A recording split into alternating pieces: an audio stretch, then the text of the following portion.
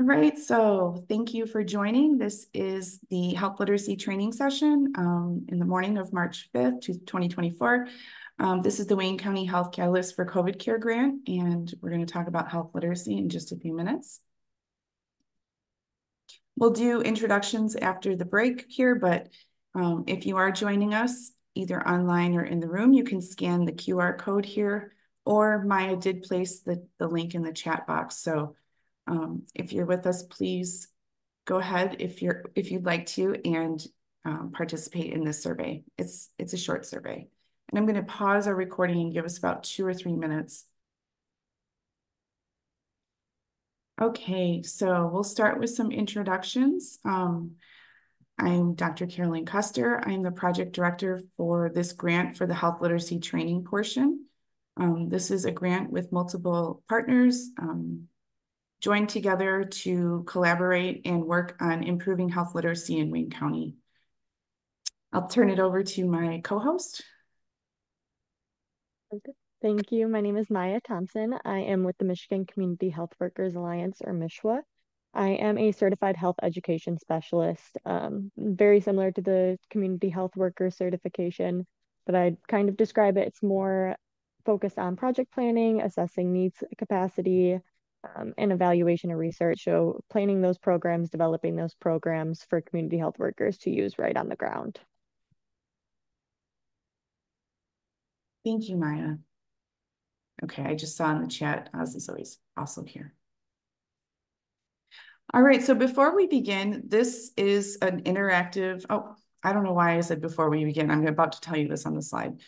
Our agenda for today, we'll do an overview of health literacy, 5 health literacy interventions that we'll go through to help improve health literacy in the clients and populations that you serve. We'll take a short break, come back to talk specifically about vaccine hesitancy. And like I was just about to say, we really do want your input. There are some slides where we ask you questions. Please feel free to come off mute or use the chat box to answer if you want to participate.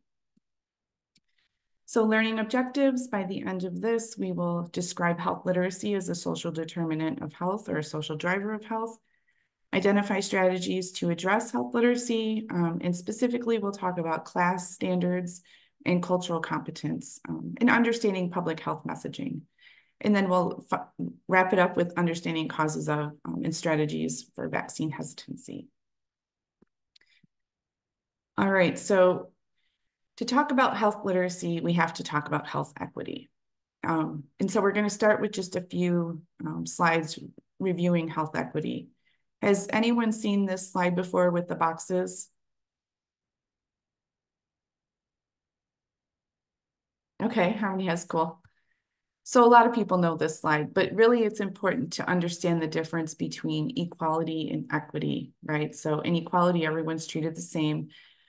The outcome, the outcome is not considered, right? With equity, everyone gets a fair and just and impartial way to have the desired outcome. So you can see here, each person gets 1 box, but the person who's short can't see. Here, the person gets 2 boxes because they need that to be able to see.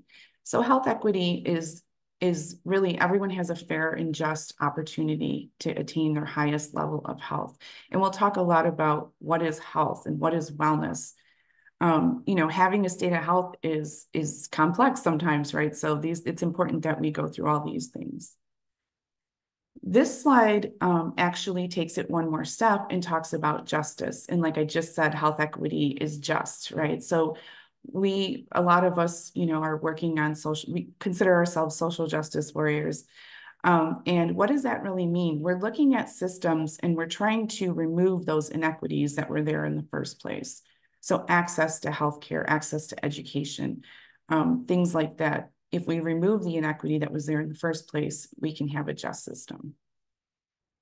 And please feel free to, I'm going to have Maya look at the chat because I can't do both. Please feel free, though, to put any comments or anything you think of in the chat or interrupt, like I said.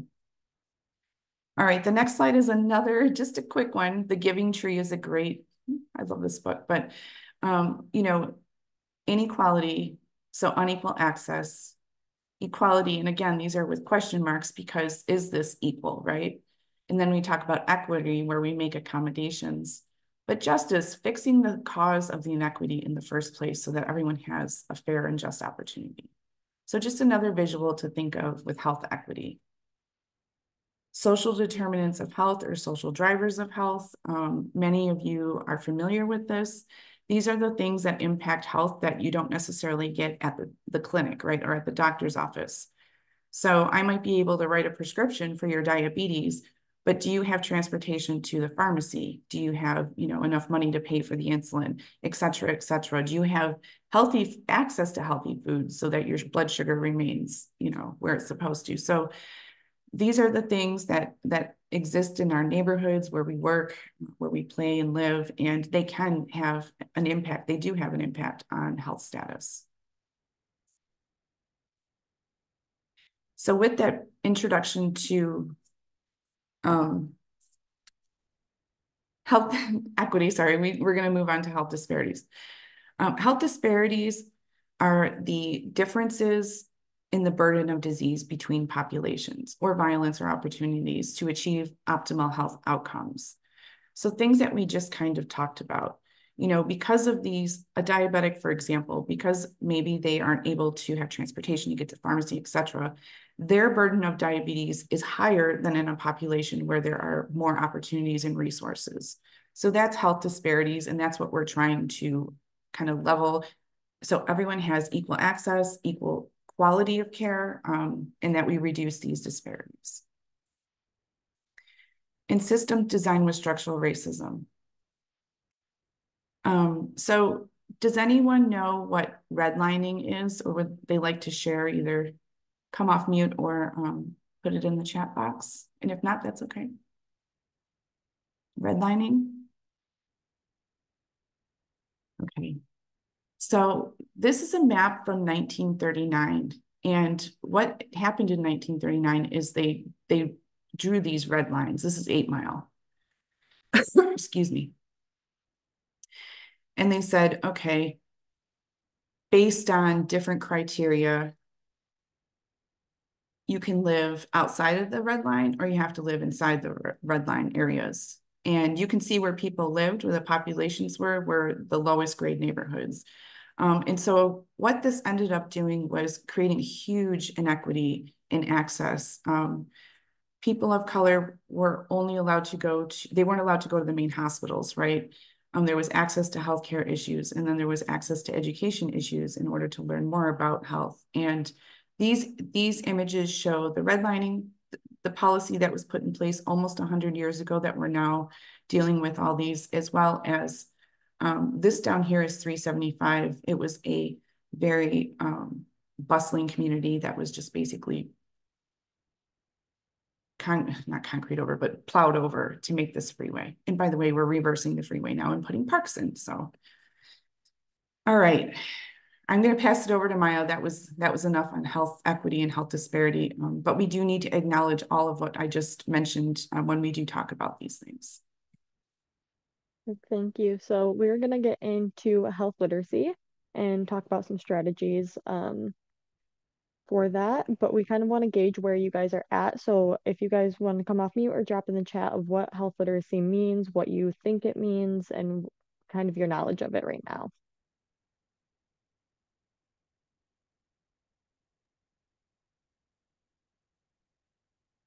Anyone? There's no wrong answer.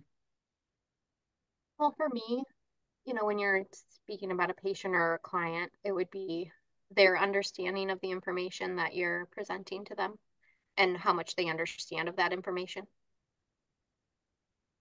Rima put in the chat a lack of health information. Okay. Alrighty, so personal health literacy is what most people know. It's the degree to which individuals have the ability to find, understand, and use information and services to inform their health-related decisions and actions for either themselves or for other people. And then Dr. C is going to talk a little bit about Healthy People 2030. All right, so every 10 years, there's a guide that comes out to guide the health of the nation. And the reason why we bring this up is in Healthy People 2010 and 2020, there were goals set to increase personal health literacy. So the difference in 2030 is they actually added organizational health literacy, and that's kind of why we're together here. It shouldn't be the onus of the person themselves to understand everything. We, as caregivers and organizations, need to provide care that is easy to understand and easy to access. So that's kind of what we're coming together to talk about today. So there are a couple different components of health literacy. The first would be those skills and knowledge needed to interpret the health information that is given to the patient. So literacy being reading, writing, basic math, speech, and comprehension skills. And then you have the other part of that, which is numeracy. It's understanding how math may be used in real world situations and being able to apply that to make the best possible decisions. And then there's factors that impact health literacy. So that would be the complexity of the health information that is given to that patient, the language that the patient uses, the age of the patient or client, their state of health, whether they're ill or they have any anxiety, and their cultural background, which we'll get into a little bit. The biggest one that we want to emphasize here is the way that health information is communicated by health providers. And then here's kind of a graphic of that same thing. There's those individual factors that we talked about, and then there are system and professional factors, and that all plays into that health literacy component. So a couple impacts of people that people with limited health literacy experience, they are less likely to use preventative health services. So pap smears, mammogram, colonoscopies, those vaccines. They're less likely to effectively manage their chronic diseases, so high blood pressure, diabetes, asthma. They're more likely to have poor medication adherence, so not as likely to be able to take medication on time or for the length that they're supposed to be taking it for. They have higher rates of hospitalization and use of emergency services instead of primary care, have a higher mortality rate, and they report a sense of shame about their health literacy. Limited health literacy is also associated with a higher healthcare cost. And continuing on, some impacts of this is missed opportunities for services, free vaccines, preventative screenings, um, lack of preparation for emergencies, for severe weather, evacuations, missed warnings regarding environmental health and safety, so contaminated water, and misunderstandings about public warnings about food safety, so any recalls or anything like that. So if we're looking at health literacy and literacy in general, the average reading level of adults in the US is eighth to ninth grade reading level, but most health education materials that are given to clients and patients are at a 10th grade reading level or higher. So this is what we're going to want to pay attention to when we're creating materials and handouts, is keeping it the most inclusive we can be, is to keep that at that 6th grade level. So looking for those red flags, right? So what do we look out for when we are working with clients and patients to see if they have a lower health literacy? So frequently missed appointments, incomplete registration forms, not complying with medication, they're not able to name medication. They're not able to give a coherent history of their medical history or family history. They ask fewer questions, which is a huge one, and they don't have as much of a follow through on different tests and referrals. Okay, so we're going to talk briefly about the universal precautions approach. And this does come from the AHRQ, the Agency for Healthcare Quality and Research. And I encourage you to look further into that if you're interested. There's resources at the end of the slides. Okay, who knows about bloodborne pathogens and PPE? When you hired in or wherever you're at, have you heard about, yeah, Harmony has, okay. So let's get started. So bloodborne pathogens, right? So what do we do when we see blood or bodily fluids? We wear PPE. Why do we do that? Because we have a universal precautions approach, right, for bloodborne.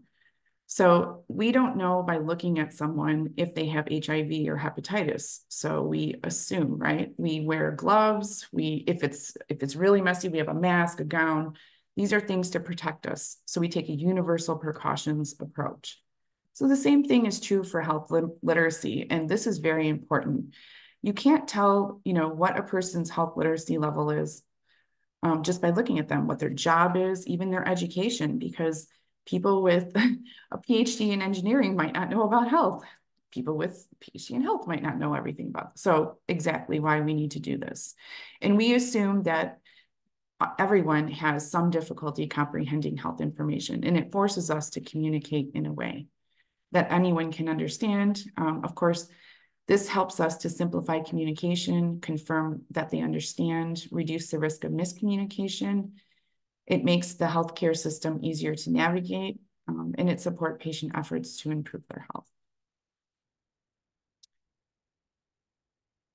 Okay, and this is a overwhelming wheel of activity. This is what a healthcare literate organization looks like. And I'm not going to read through all these, but just looking at some of them, health literacy, if you're going to be a health literate organization, it really does start at the top, with leadership, making it a priority, and then throughout all the departments and staff, understanding what health literacy is. And then making sure that you're using materials and languages and all that are appropriate for your population. All right, so here's our first interactive component. Go ahead. So if any of you guys would like to share when a time of having low health literacy has impacted either you or a loved one's ability to be healthy, you guys can either drop it in the chat or come off mute and share.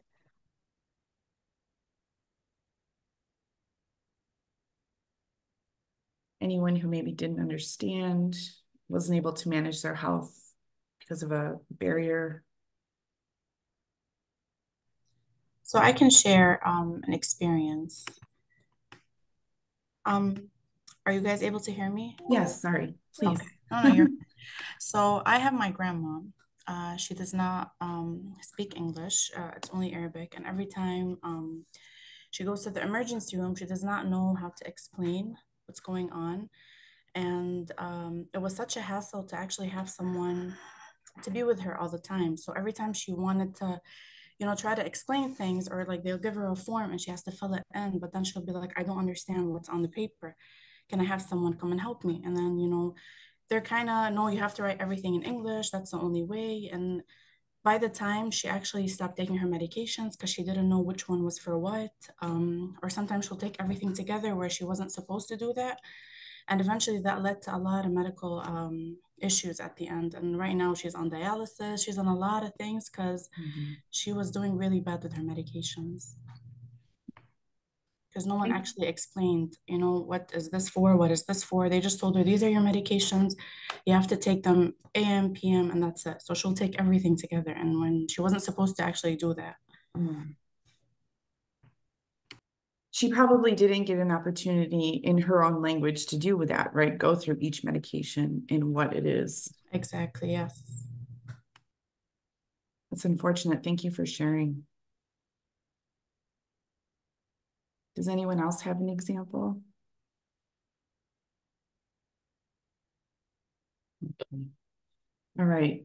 So we're going to move on to the next. Oh, Harmony. I was just going to say that I feel as though when my husband goes to the doctor, he's looked at as he is a highly educated man. But like you said, he's not highly educated on the things that he's necessarily going through at the moment or on a specific condition. So even if you're looking at somebody that is highly educated, like you said, they don't always understand, exactly what's going on with their body and how to, make things better, or it just seems as if it's almost assumed that they know everything, if that makes sense. That definitely So makes that's sense. just something that I've seen in my own home, having a highly educated man, but then having him return from visits and being like, okay, so what are we doing about this? And kind of having a blank stare where it's like, come on, you need to ask questions. And actually, since you said that, the red flag slide that Maya shared, that asking questions is so big. And we'll talk about some examples throughout the session, but you know, not understanding can create a sense of shame. And then you don't want to necessarily open up about, you know, that you don't understand. So again, why this universal precautions approach is so important. Thank you for sharing. All right, Maya. So we're going to review some different interventions that anybody, any practitioner, any community health worker can use in their work to be able to increase personal and organization health literacy levels. It can be used to create a more health literate environment. So the first one is clear communication. I think, you know, all of us have had an experience or have had a loved one have an experience where they didn't feel like they were heard by their doctor or they weren't able to completely understand what their doctor was saying. So if a couple of these clear communication strategies were used within that appointment, it may have made the patient or client feel more comfortable. So, you know, greeting clients warmly, making sure they're making eye contact, they're listening carefully, not using that medical jargon, using the own client's words so they can understand, slowing down and limiting and repeating content that's super important. Being specific and concrete, showing graphics to help that client or patient understand, even demonstrating how it's done, and encouraging questions. So when you're communicating about health with any client or patient, you want to consider these 7 different things. So whether or not people will trust that information, is the information necessary and how will people find it? Is it something that's going to motivate the client or patient? What conditions surround or affect the audience? So what's their environment like? What is people's ability to act on their information? So their capacity, are there any barriers that they may come across and how can we help with those? What will the audience think? So what's their perception? What will it inspire them to act on it? And their response. So how will they respond and what can we do or say to keep them engaged and support them? Thank you, Maya. These are all really important. So next time you create your campaign about communication, hold this slide out and go through these questions. All right, so using plain language, Maya spoke of that in the clear communication. You know, we have a lot of medical jargon in healthcare that we use, and it's always better to use plain language. So the one that I always bring up is diet. The word diet, if you ask someone, what is your diet? They may think, you know, Weight Watchers or Adkins or Jenny Craig or whatever, right? It's diet. But what you're actually asking them is, what do you eat every day? So it's better to say, what do you eat? Things like even using words like cardiologist versus heart doctor, right? Those are important. So just making sure that you're using appropriate language. Your COVID test is positive. So during the COVID health fair time, we were doing screenings, right? And one of the tests came back positive, and the person thought that was good because being positive is a good thing. And we had explained, no, this in fact means you have COVID. And so what we did was we actually changed what we were writing. We just wrote, you have COVID or you do not have COVID.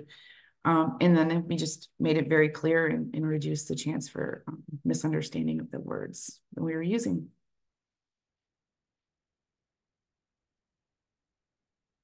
Maya, is this back to you? No. Okay, this is my slide. I apologize. I don't know why I was forgetting. So clear communication, right? Greeting people warmly, making them feel heard. That is important. The next strategy we're going to talk about is using effective materials. So materials are a great thing to use.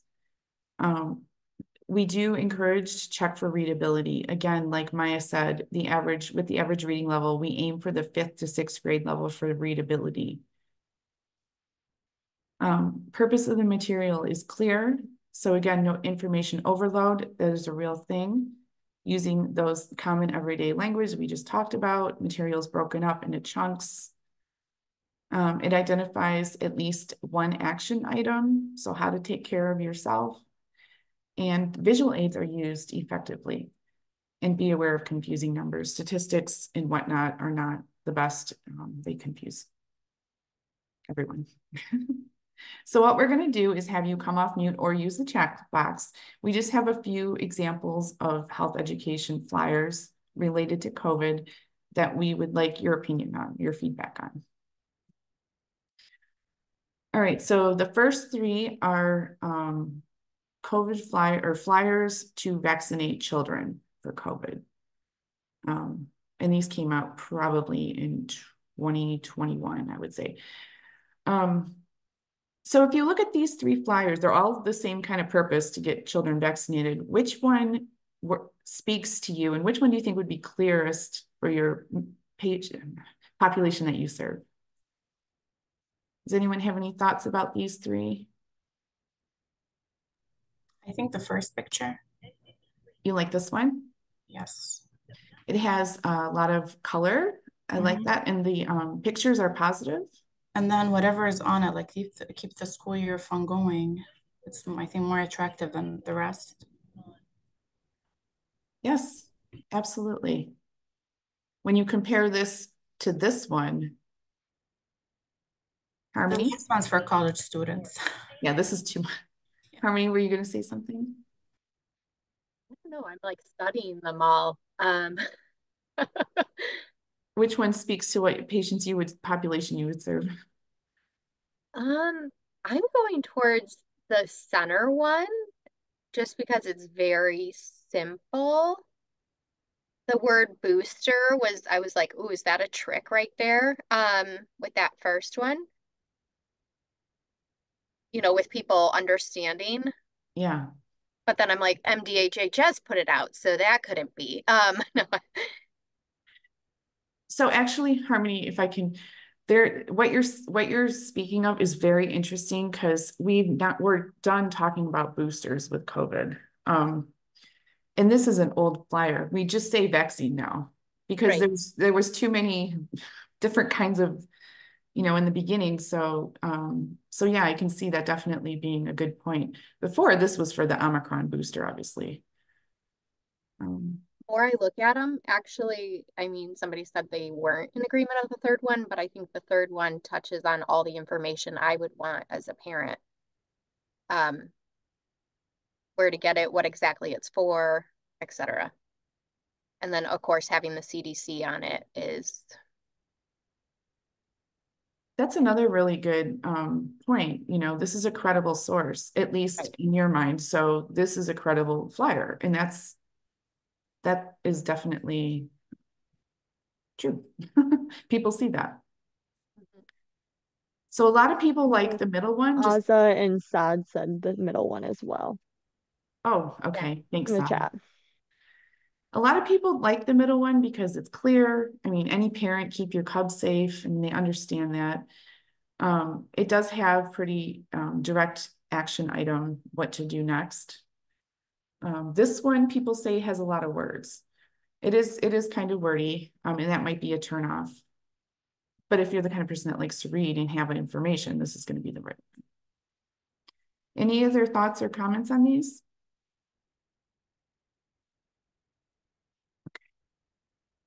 Okay, the next few have, okay, so these came out from MDHHS, and the reason why we picked these is to show you how messaging that's not necessarily clear can be so confusing. So if you look in this one, you'll see that there's two different asterisks. Anytime there's multiple asterisks and there's different kinds of fine print, this is a setup for confusion. Does that make sense? Do people want to really read the small print or try to figure out what this means? No. I'm sorry, Hermie, did you? No. Oh, no. I would say no. Yeah.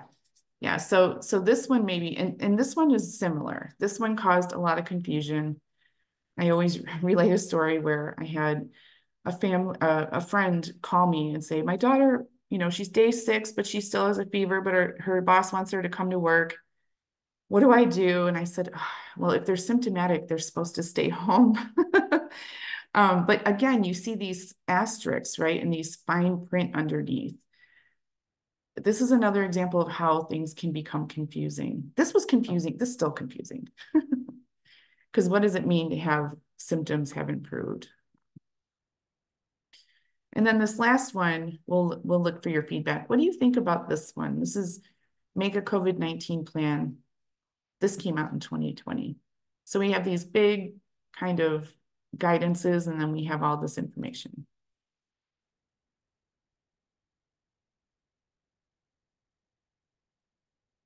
If you had a patient or a client in front of you, would this work?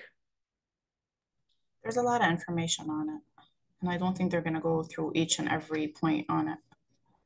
Probably not.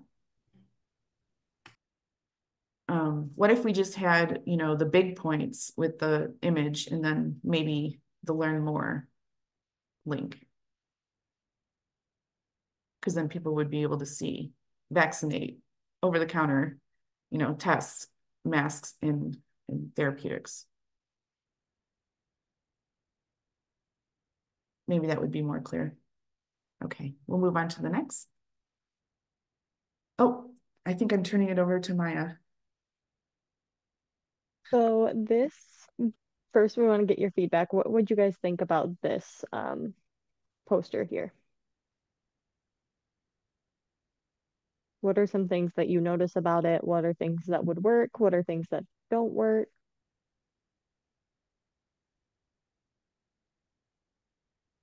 So we have moved on, but COVID has not.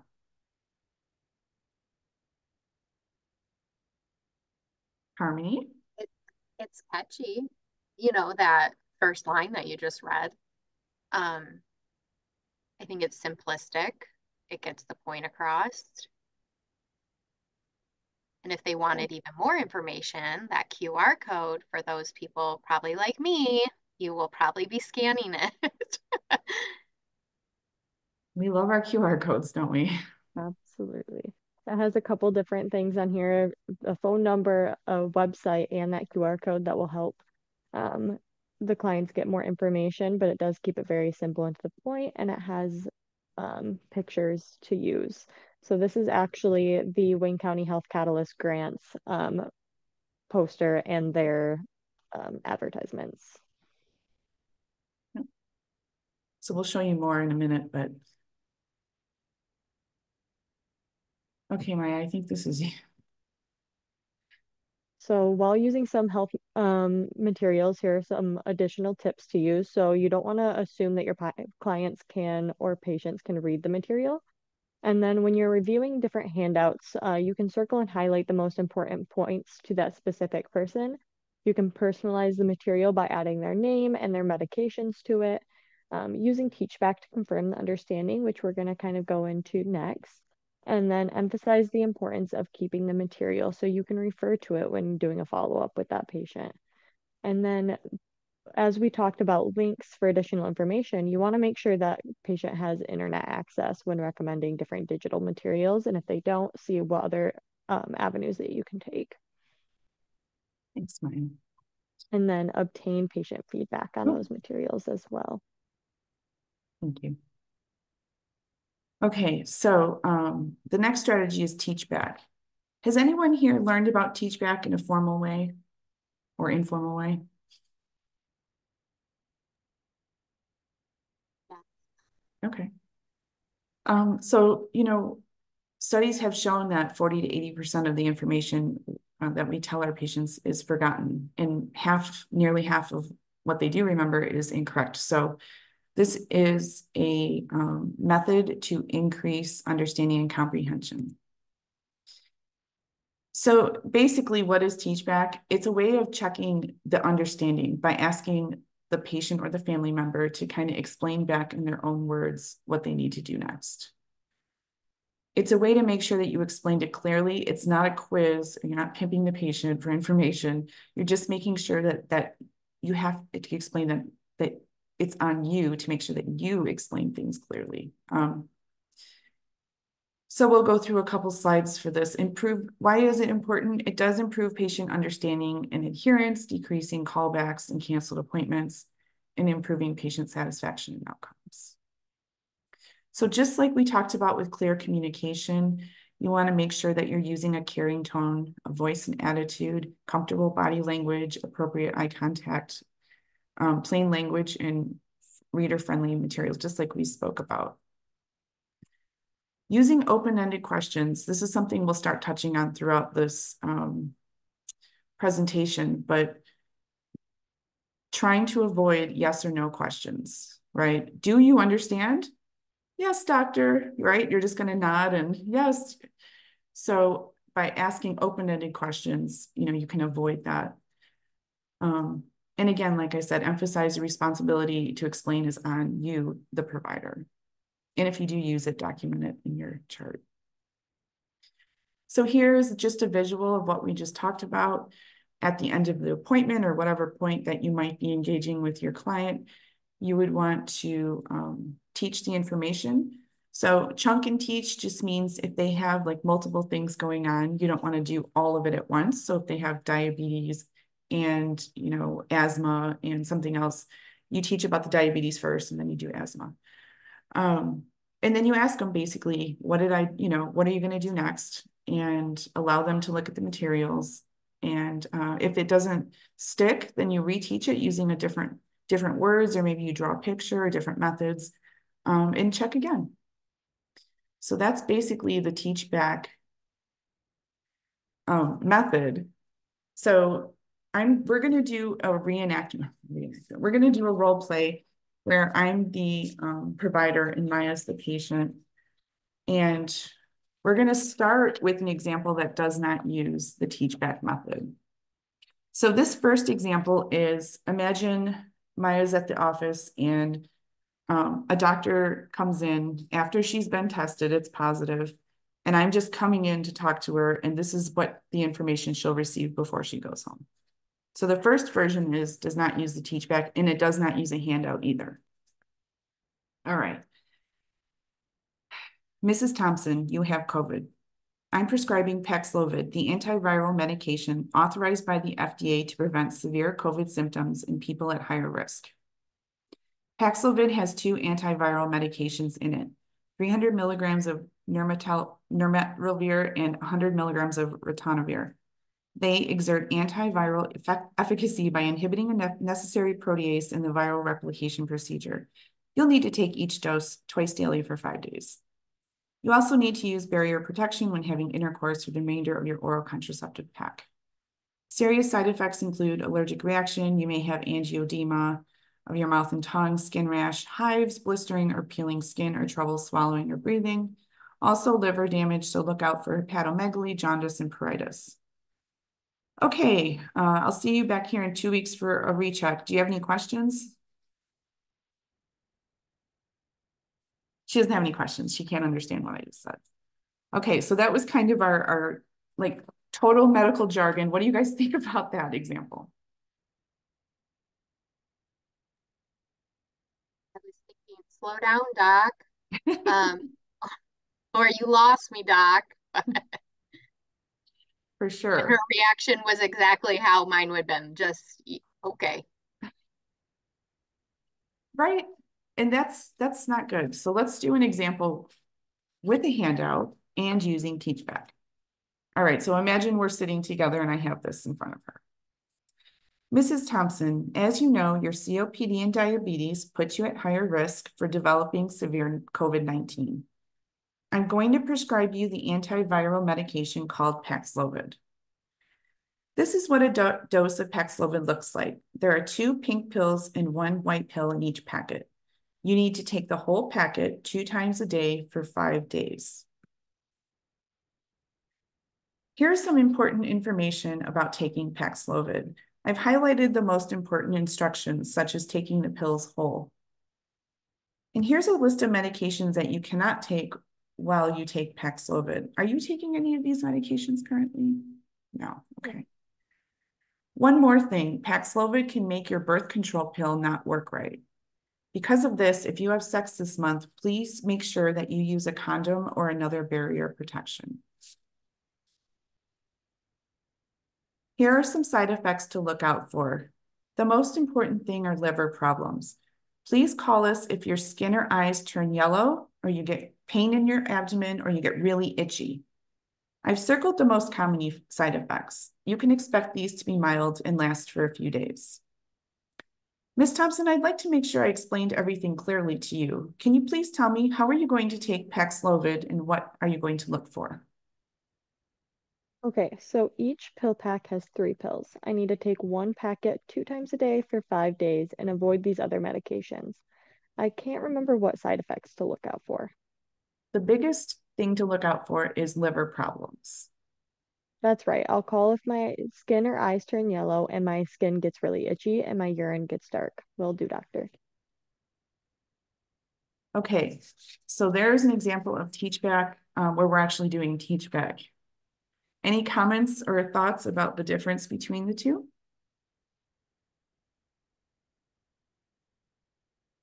Did you see how there was a difference in the way that we presented the information?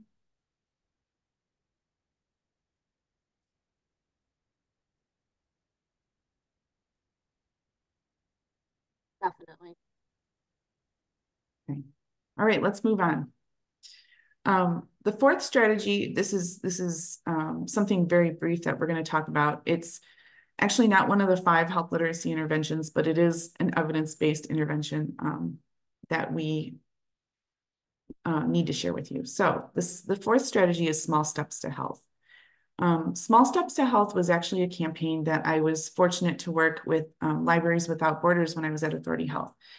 And we did some health literacy education in a laundromat at 7 Mile and Van Dyke. It was very cool. And we came up with this campaign during COVID when our programming was paused. And the whole, kind of gist of this is small step behavior change. If you've worked with clients on setting goals to get healthy or healthier or maintain health, you might have gone through this a little bit, but let me give you an example. One of the things, for example, let's just say one thing that we might recommend to our patients is, oh, you need to increase your water consumption. Well, if you just say to someone, well, you need to increase your water, they're going to say, okay, right? And it's kind of not really a plan or a small step. If you say to that person, you would feel better if you drank more water. Can you increase your water consumption 1 glass a day? Could you drink a glass when you first wake up, or after your coffee? So it's like setting that specific goal that person can work on and build on, right? So we talk about setting SMART goals when we're setting goals with our patients. And that just, if you haven't heard the term SMART before, it's specific, measurable, achievable, realistic, and timely. And so that just means, again, that just a tiny step. Another example, when I'm in primary care, I see a lot of times people recommend exercise, right? It's always good to recommend exercise. But I've seen in the chart, recommended 150 minutes of exercise a week. I see it a lot. And I say, well, what does this mean, right? If your doctor said you need to exercise 150 minutes a week and you leave that office, are you going to start exercising? You may. But what if the doctor said to you, how can you exercise? How can you get some more activity? And you talk through and you say, oh, well, I can't walk very well, but I can do chair aerobics, or,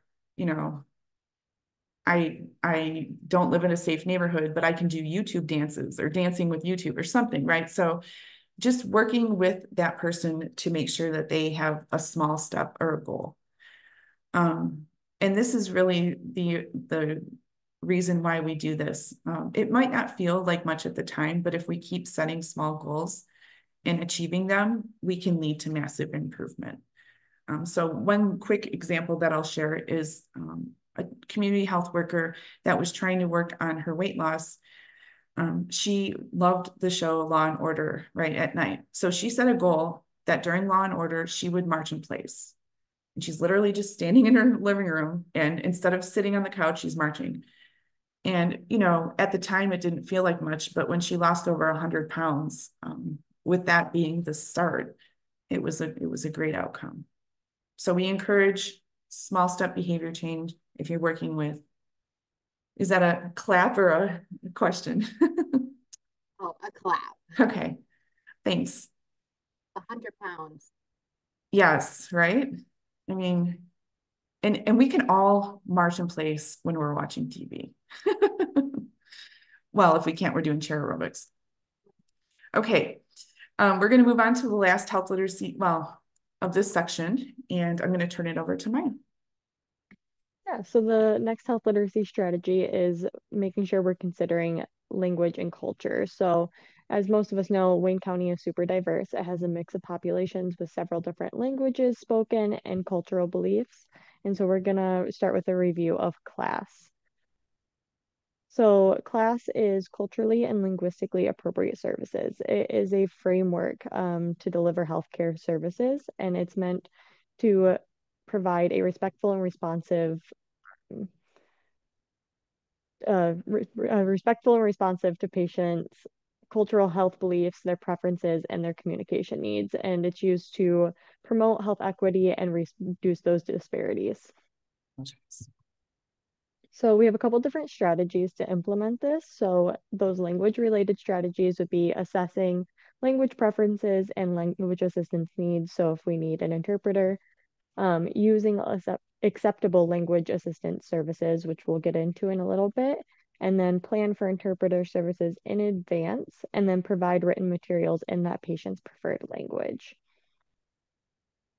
And then on that culture related side, respectfully ask patients about their health beliefs and customs, avoid stereotyping based on religious or cultural backgrounds, and acknowledging and addressing implicit bias.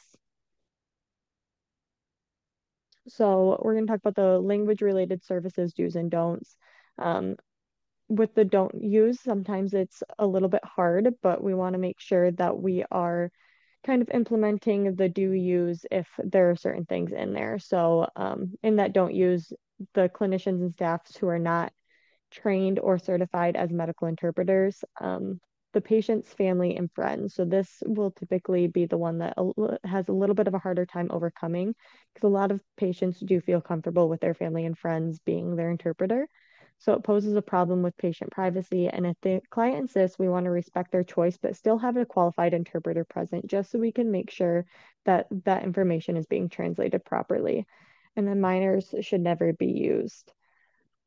For the do use, we want to use bilingual clinicians or staff members who their proficiency in medical terms for that language has been confirmed. Staff who are trained as interpreters or on-site trained medical interpreters, and then telephone or video medical interpreter services as well.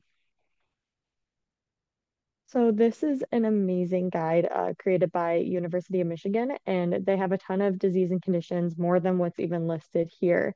And it is in several different languages of different handouts for tests and procedures, healthcare planning, and healthy lifestyle and safety. So if you have a chance to check this out, this is a great resource to be able to use in your practice. So this is going to be very similar to the poster that we saw earlier on, but it's created in a bunch of different languages. So we have a ton of those there for you. So just kind of something to look at and see the difference. All right. So cultural competency, we're going to move on to that. And, we understand religion, culture, beliefs, ethnic customs can influence how people understand health concepts, how they take care of their health, and making decisions. Cultural competence relies on the principles of trust, respect for diversity, equity, fairness, and social justice. And it is a set of attitudes and behaviors and policies that allow people to work effectively in cross-cultural situations. So these are just some examples of how culture can impact health engagement. And when we speak of culture, it's not just race or ethnicity, but it's also, whatever community you identify with. So let's go. Health beliefs. Some cultures, people believe talking about a possible poor health will cause it to occur. So for example, breast cancer, screening for breast cancer with mammography, we keep promoting that, but some people may not want to even go there because they don't want to talk about breast cancer. Hi, Harmony. Health customs, family members may play a large role in who makes the healthcare decisions. ethnic customs, sometimes the roles of men and women in society may determine who makes the decisions. Religious beliefs, we know that there are different faith and spiritual beliefs that may affect how people use certain treatments or accept things like blood transfusions, for example. Dietary customs, this is the one that I'm most passionate about. You know, the patient might have difficulty if we're giving them, this is such a pain. You know, we always want to recommend the DASH diet, right? Like this, and this. But if you have a dietary custom where they're not familiar with cooking any of that food, it's not going to help, right? So we have to make sure that we understand our population's dietary customs as well. And then interpersonal customs, you know, depending on who you're working with, eye contact may or may not be appropriate. Same with physical touch. We're going to talk quickly about implicit bias. This is the part of the session where I start saying things like all of these few slides coming up, these slides could be like a whole lecture series in themselves. So please follow up if any of this stirs your interest or you want to learn more. So we all have this thing called our worldview. You know, we were all raised in different parts of the country or world potentially. You know, we have different faiths, different family beliefs, etc. So that all kind of shapes what we believe as an adult about things. So understanding your own beliefs and values and customs can allow you to become more understanding and respectful of others. And it's important to remember your life experience is your point of reference for you to compare and learn from. It's not you're not better, like certain things aren't better than others. We're just all here as humans. So it's our job to reflect and make sure that if we do have bias, whether it's conscious or unconscious, it doesn't impact our level of empathy or our way to work with different populations. Patient-centered awareness, again, some strategies. Remember that race, ethnicity, gender, spirituality, other issues can impact person's perception of healthcare. Always understand your population, right? Talk to your community, learn more about customs, make sure that you're informed on what's happening, gain an understanding of beliefs and backgrounds, develop cultural humility, right? Do not believe your way is best, like we said. Be respectful. Please be respectful of other people's etiquette or beliefs. And then this link here, the Office of Minority Health does have some great resources. And we are going to watch a brief video on cultural humility. So I just need someone to let me know if you can hear it. Can you hear the video? Culture. Yes? Okay. It isn't limited to race and ethnicity, though we often think it is. It is the set of experiences, family traditions, individual heritage, and community membership that is unique to every person. And it's easy to think we know someone based on our assumptions about their culture. But each person is unique. And culture is not a fixed set of defined rules. If we treat it as such, our assumptions can lead us to create obstacles for others that we may not see. One of my close friends at work identifies as gender non-binary and wants to be referred to with the pronouns they, them, or theirs. Coworkers, however, continue to use pronouns such as she or her. My friend is afraid to say anything about it for fear of being seen as a troublemaker. Assuming that we know or understand someone based on our generalizations about their culture can be faulty and dangerous. It can lead us to misunderstanding, miscommunication, and mistakes. These assumptions can leave others feeling like outsiders and negatively impact workplace interactions, educational environments, and patient care. I had a patient from India who was suffering from anemia. I was talking to her about the best way to get iron into her diet with the assumption that she was a vegetarian. After a few minutes, she asked me, couldn't I just eat more red meat? I could have asked a question about her diet instead of making an assumption about her culture, and the question would have helped me provide better care. Many of the people with whom I've interacted have basically conflated the term race with ethnicity and sex with the term gender. it seems like everyone who isn't a member of a majority group is just lumped under the term minority. One of my colleagues told me that he was surprised I'm lesbian because I dress like a woman. It's almost as if he would have been more comfortable with me being lesbian if I looked the way lesbians are supposed to look. I'm of Hispanic origin and was told that the only reason I was hired here was because I speak Spanish, even though that's not a requirement of my job. One of my supervisors made it clear that he thinks women should be more feminine, and that when they are confident and express their opinions openly, it's off-putting. When I was trying to decide which graduate studies to pursue, an academic advisor pushed me toward a math specialty, in spite of the fact that I had no desire to pursue studies in math. He indicated that I might be good at numbers because I have an Asian last name.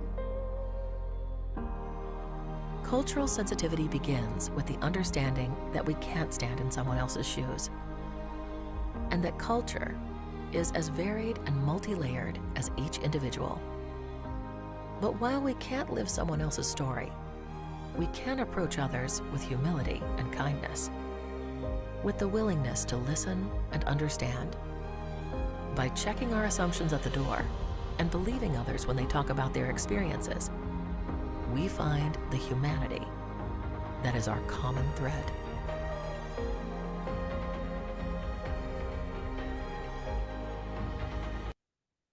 Okay.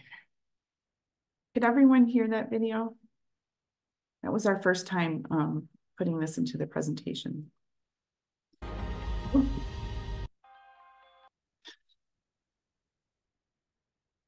Okay.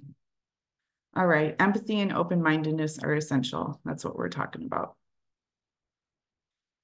Okay, we're going to do a few slides on trauma-informed care and service, and then we're going to take a break. So looking at this book, The Body Keeps the Score, has anyone ever seen or heard of this book or read it?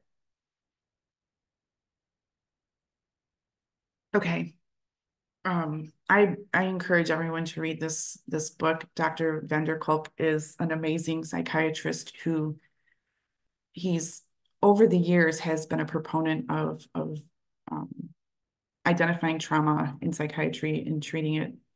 So this book really helps us to understand ACEs in trauma. Has anyone heard of toxic stress? Okay. Adverse childhood experiences, ACEs. Harmony's nodding her head. Okay. So we now understand how trauma and toxic stress impacts the body, both physically and mentally. So we're going to go through real quick what the 3 types of stress, because I think it's important to understand this concept. When you're exposed to something traumatic, right? Let's say it's a bear chasing you, your fight or flight goes into action, right? You feel like you're like, okay, I'm ready to go. I'm activated, right? So there's 3 types of stress to think about. Positive stress is a good thing. You're activated to go, but you need to go succeed, right? On playing sports or whatnot, or doing well in a test. This normal stress, and it is part of normal development. And what you see here, this is actually the measure of cortisol that's in your body when you have a stress response. So in the positive stress, it does go up, the cortisol level goes up, but it comes right back down, goes back to baseline. Tolerable stress is another, so it's more profound. The stress response is more, but there is something to buffer the effect of it. So for example, if you're a child in a car and you're driving past a terrible accident, you see someone, dead perhaps. This is a stressful thing for a child to go through. But, potentially, hopefully the parents are there or the caregivers to kind of talk them through, right? Regulate what they're feeling. And then you see the cortisol level kind of come back down to normal. So again, tolerable stress is okay. The part where it becomes a problem is what we call toxic stress. So toxic stress, you're going to have chronically elevated levels of cortisol. And if your cortisol level doesn't come back down like it does in these 2 situations, what it does is it impacts the body's inflammatory and the immune system, and it has a whole bunch of long-term health effects that can happen. So if you're a child in a domestic violence household, if you're being sexually abused, things like exposure to war, right? If you're a police or fireman, things like that can also, create toxic stress. And so if we are in that fight or flight feeling constantly, right? So we're always thinking we're not getting the chance to develop normally. And like I said before, this is a lot of information, but when you think about culture and language and different populations, think about the ways that what they've experienced may have led to, toxic stress. And we just have to start thinking about preventing these things. Okay, so the next thing here is Maslow's hierarchy. Is anyone familiar with? Yeah. So Maslow's hierarchy, I bring this into this section because it's important to think about the physiologic needs. So basic needs, that's what we're talking about. This, during the pandemic, a lot of us providers were pushing our patients to get to get into counseling or get into therapy because there's so much stress. And so we're worried about their mental health, right? We're up here. But what if we didn't ask or assess if they had, these basic needs first? So when you're trying to talk to someone about mental health and they don't have food to feed their children that night, or they don't have a place to sleep, they're not caring about their mental health. We have to address the basic needs first. So, making sure that access to these things, and then safety can happen. And then after safety can happen, you can start to build up and become the best human that you can be. But it all starts with the basic needs. And then this last slide before our break, these are just some questions. I do a lecture to some graduate students, and we talk about how to create a trauma-informed space. And these questions, you can substitute culture for trauma, right? Are you considering the culture and the ethnicity and the whatnot? Are you using respectful and culturally appropriate words? Creating a trauma-informed space means you're creating a space where the person that you're talking to feels safe. That's all it is. They don't feel judged by you. They don't feel like they're going to get deported if they go there. There's a lot that goes into creating a safe environment. So just think about these things, especially, the bias stuff, and do some introspection and, make sure that you're doing what you can to create a trauma-informed space. All right, we just spoke a lot. So does anyone have any questions or comments about what we just talked about before we go to our break? Okay, let's take a 5-minute break. It's 10:09, so let's start back at 10:15. We just have a few more sections to go through, and then we'll be wrapped up a little bit early. Okay, go ahead and get. All right, welcome back from the break. We're going to move on to review some specific strategies for vaccine hesitancy, and I'm going to turn it over to Maya.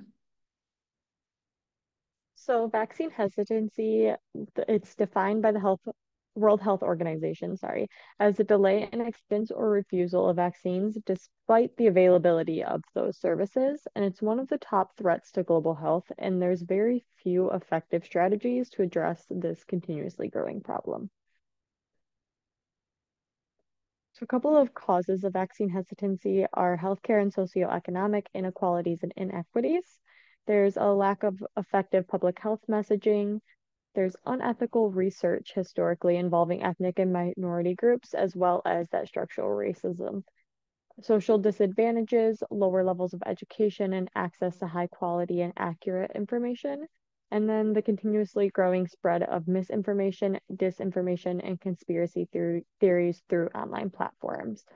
There's barriers to access, including vaccine delivery times, the location of vaccines, the cost related to socioeconomic inequalities, and marginalization.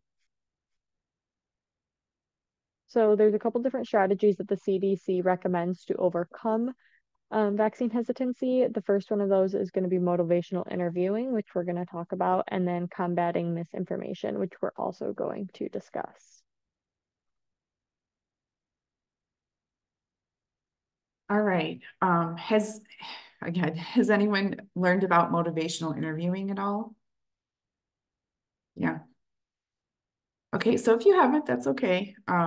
When we talk about small step behavior change, we're really talking about working, we're talking about motivational interviewing. So let's get started. So MI, what is it? It's a guiding style of communication. It's just like balancing listening, active listening with giving advice.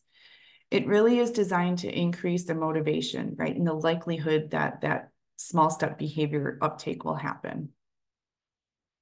And it's really based on just a respectful and curious way of being with other humans, right? Like normal conversation stuff.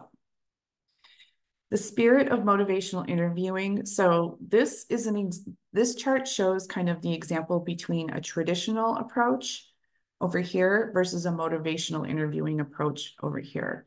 So, traditionally the model has been that the doctor knows best, right? The doctor knows everything. They're the expert and they have to tell the patient what to do.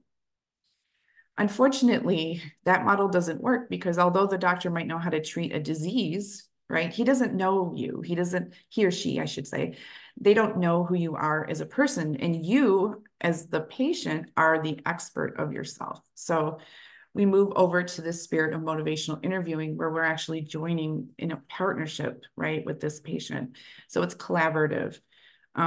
Evocation, I will be curious and interact with you and ask you questions about what motivates you and whatnot in a way that helps you, state or pull out what your motivations are. And it really honors a patient's autonomy. Like I said, at the end of the day, the ability to make decisions about your own health is your own decision. It's not up to anyone else.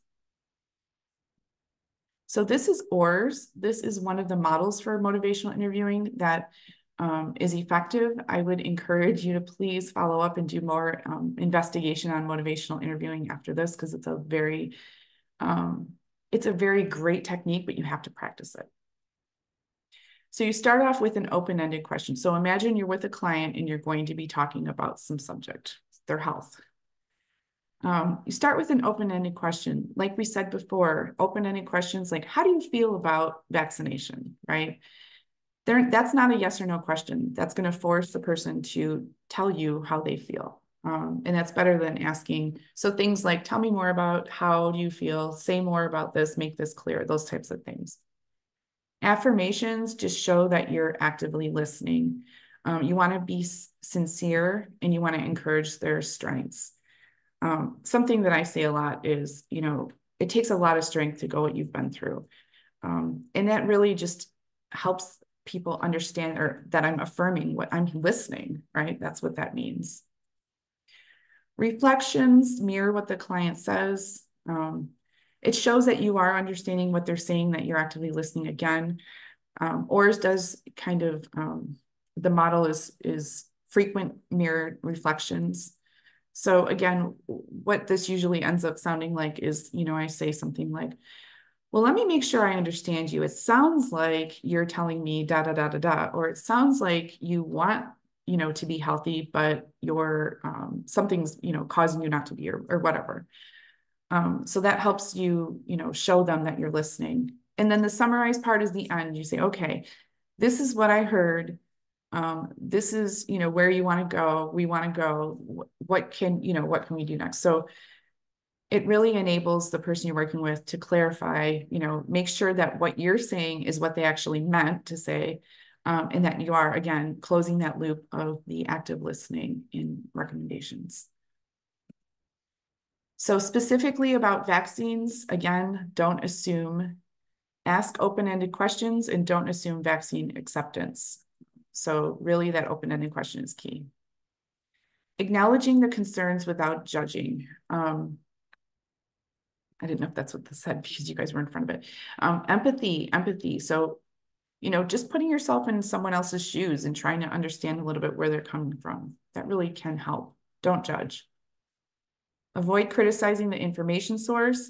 Some of the people you'll be working with may have gotten their information from their parents. They may have gotten it from a church leader or an elder. So you don't want to argue against the source. Instead, you just want to provide high quality, credible information. Showing your awareness as a status as a messenger. Community health workers, navigators, people working directly with the populations, you guys are messengers. You guys are kind of the glue that holds the team together, right? You're going to be meeting and talking more with patients than maybe the provider will be. And it matters. Community health workers have trust because you do such a good job building those relationships, and that's an important part of that. And then the last thing is linking the vaccine acceptance to the patient's hopes. So, for example, with COVID, when it was coming out, remember all the elderly people weren't allowed to, or were advised not to interact with children because they could get the virus. So everyone was interacting through the windows and whatnot and trying to stay apart. But something, like if a client says, I really want to spend time with my grandkids, I miss that. This would be an opportunity for you to say, well, if you get the vaccine, that will allow you to do that even quicker.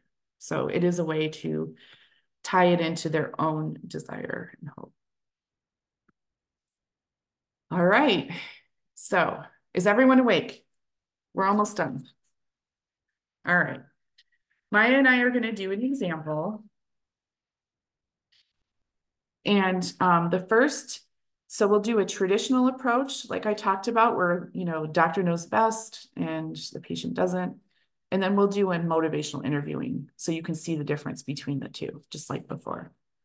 All right, so imagine I'm the provider and Ms. Thompson is the parent of a child.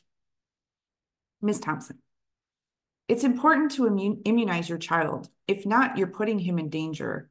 Do you know there are still cases of measles in the US? This disease could be very dangerous. And what about meningitis? It could be fatal. You should update your child's vaccinations as he's already late according to schedule. We can do that now if you want. I don't see the urgency, and autism is worse than measles. There are more problems than solutions with this vaccine. It's completely unbelievable to give so many vaccines at the same time. Studies have demonstrated that there is no link between autism and the measles. The vaccine is safe, I assure you. You should be aware of the information you're finding on the internet. Giving several vaccines at the same time is safe. It's not associated with more pain. We should update his vaccines now. I've heard something else, and not only on the internet. I've read a lot, and vaccination is not mandatory. I can do what I want. Yeah, you're right. It's not mandatory, but you're putting him and other children who cannot receive vaccines in danger. The risk of disease are much higher than the risk of vaccine. If I take this time to speak with you, it's because it's really important. It's easy for you, quick, but what if he gets autism? I'm worried about the risk of vaccines, but you don't seem to be worried about the health of my child. Of course I am, and I'm worried about the fact he can get diseases that can be prevented by vaccines. So mom's like, no way, I'm leaving the office. I'm not happy. My headphones just died. We'll Yeah, keep going. Okay. I think we don't understand each other. Let's talk about this another time. Okay. So, I was very direct. I criticized her information source. And it turned into a situation where she doesn't want anything to do with what we're talking about. Okay. All right. So here's an example with motivational interviewing. Hello, Mrs. Thompson. What do you think about the advantages of vaccination?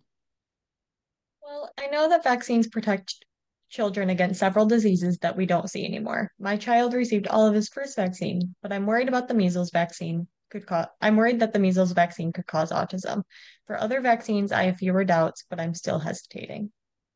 As you've said, vaccines have reduced diseases in such an important way that they are now much less frequent. It's why you vaccinated your child when he was a baby. If I understood you correctly, with the exception of measles, other vaccines seem safe to you? Yes, I know it's a good thing to prevent those infections, but about measles, I'm conflicted. I've read a lot of books and articles, and lots of people are worried about the link between the measles vaccine and autism. So you find it's important to protect your child against diseases when the vaccines are safe, but you're worried about what you've heard regarding autism and measles. I see you've done a lot of research on the subject. If you agree, I could give you some additional information for studies on autism and measles. Sure, I want to know exactly what happened. In fact, you're right. One study had hypothesized a link between measles vaccine and autism, but this study was fake and the author lost his medical license. More than 500 additional studies around the world have demonstrated there's no link between vaccine and autism. The frequency of autism is the same in vaccinated children as in the non-vaccinated children. What do you think? So I'm not crazy to be worried about that. Of course not. You're totally right. Thank you for taking the time to understand my concerns. I think it's a bit clearer now. Okay, so in the motivational interviewing, I listen. I don't criticize the information. I actually affirm her by saying you've done a lot of research. And you guys can see by doing that, she is more open-minded about receiving the vaccine for her child. Okay. All right. Any questions? Okay. Let's go through combating misinformation real quick then. Does anyone want to come off mute or put in the chat box the difference between misinformation and disinformation? That's fine. Well, misinformation is false information that's shared, but the person who's sharing it doesn't realize it's not real. It's false. Disinformation is when something false is shared purposefully. So someone's trying to create confusion, right? Or misinformation. But both of them can create confusion, and that's what we see.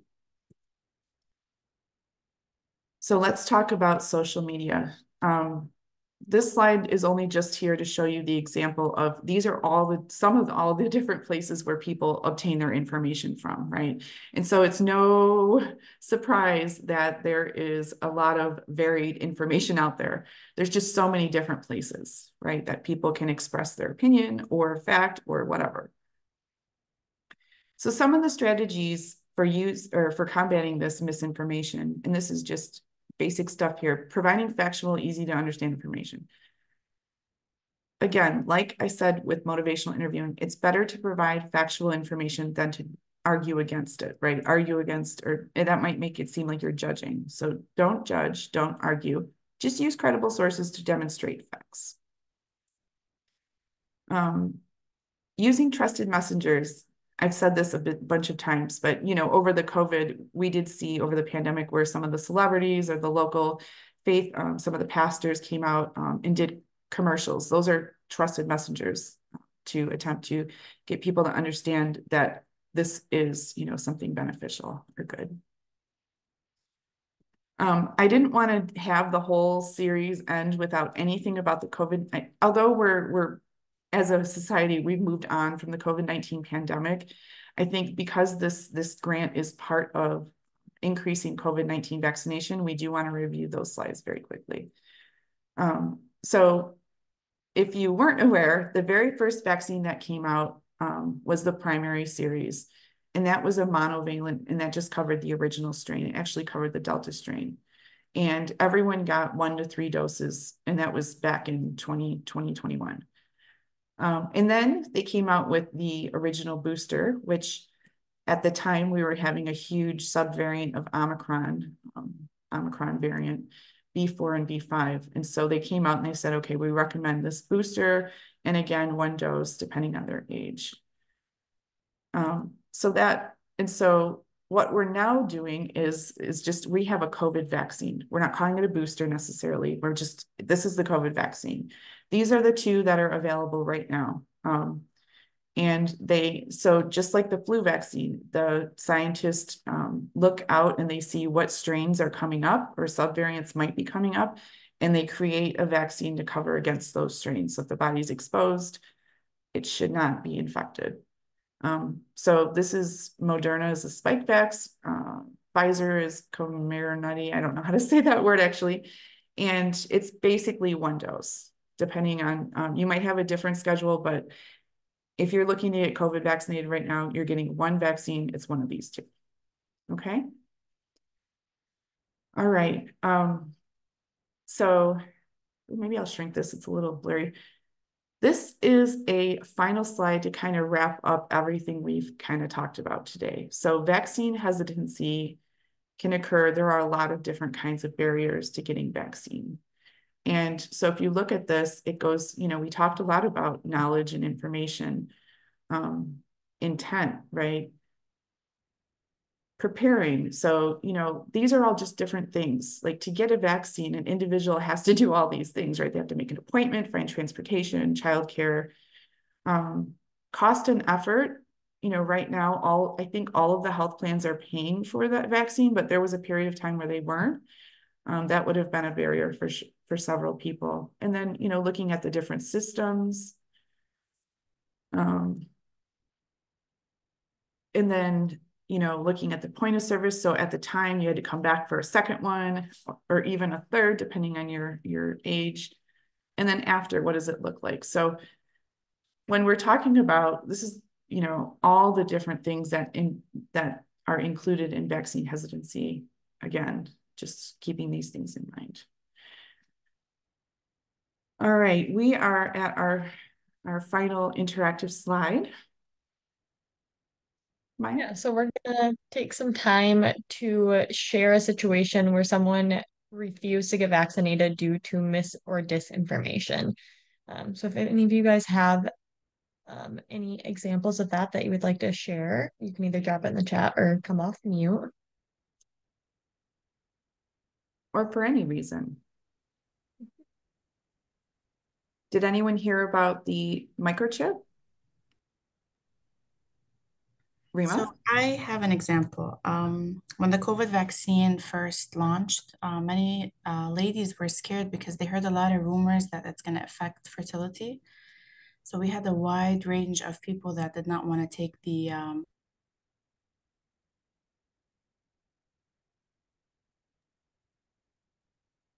Oh, we might have lost you, but definitely heard about the period problems with the menses as well as the infertility.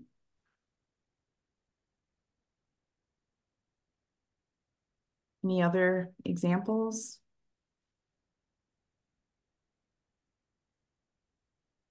I will share a story I heard.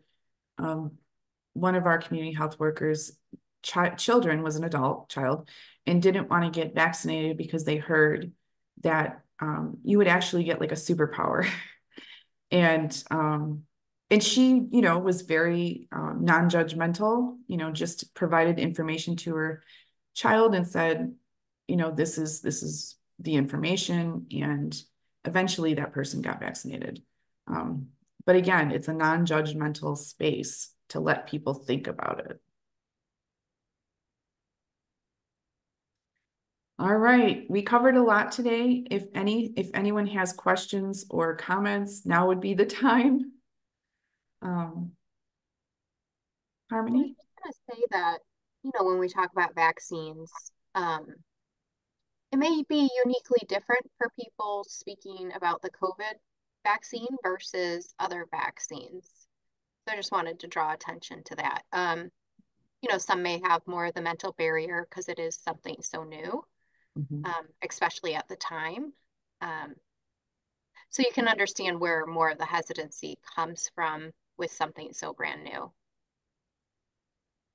Absolutely.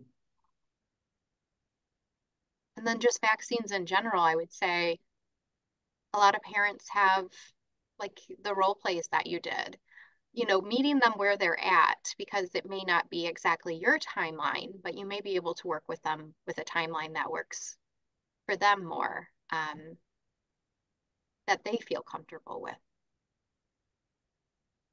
Thank you. Not to say every doc is going to love that, but That's why I'm training residents.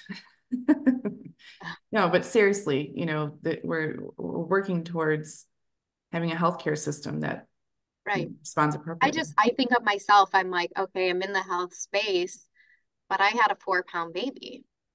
At 2 months, I was not prepared to be giving that many vaccines. So as much information as I'm given on a daily, and I'm still I was still having those mental hurdles 9 years ago. It's a unique mental space to be in as a parent. And I think the more understanding you can be of those situations, the better the outcome's going to be. And I have to share myself, when the HPV vaccine came out, I did not vaccinate my children right away. I was one of the people that said I wanted to be out for a few years first. So totally valid. Thank you for sharing that, Harmony. Those were great points. Okay. Oop. Alrighty, so we're going to do kind of a summary of what we talked about today, starting with the health literacy. So things that are associated with a low health literacy being a lower health knowledge, poor medication adherence, increased use of emergency resources for primary care, and increased in mortality rates. These all impact quality of life, and all of them are impacts of low health literacy. The second point that we made was it's important to use the universal precautions and assume all patients have a low health literacy level. And then improving individual and community health literacy levels can reduce vaccine hesitancy and then increase COVID-19 vaccination rates.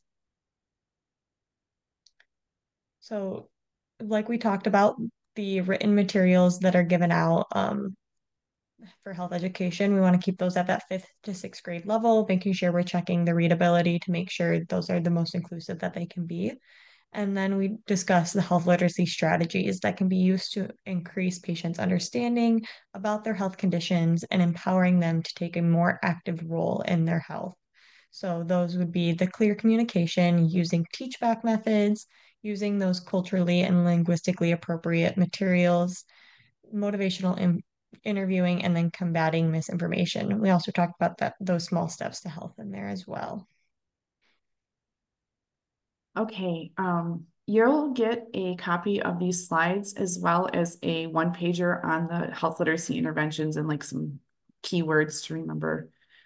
I'm going to come back to this. There's an additional training by the CDC if you're interested in more information about this. And then there's a slide with all the resources that we use to develop this presentation. If you would like, we're done with our session, and we thank you for participating. If you would like, you can do the post-session evaluation by either scanning the QR code, or Maya put the link in the chat.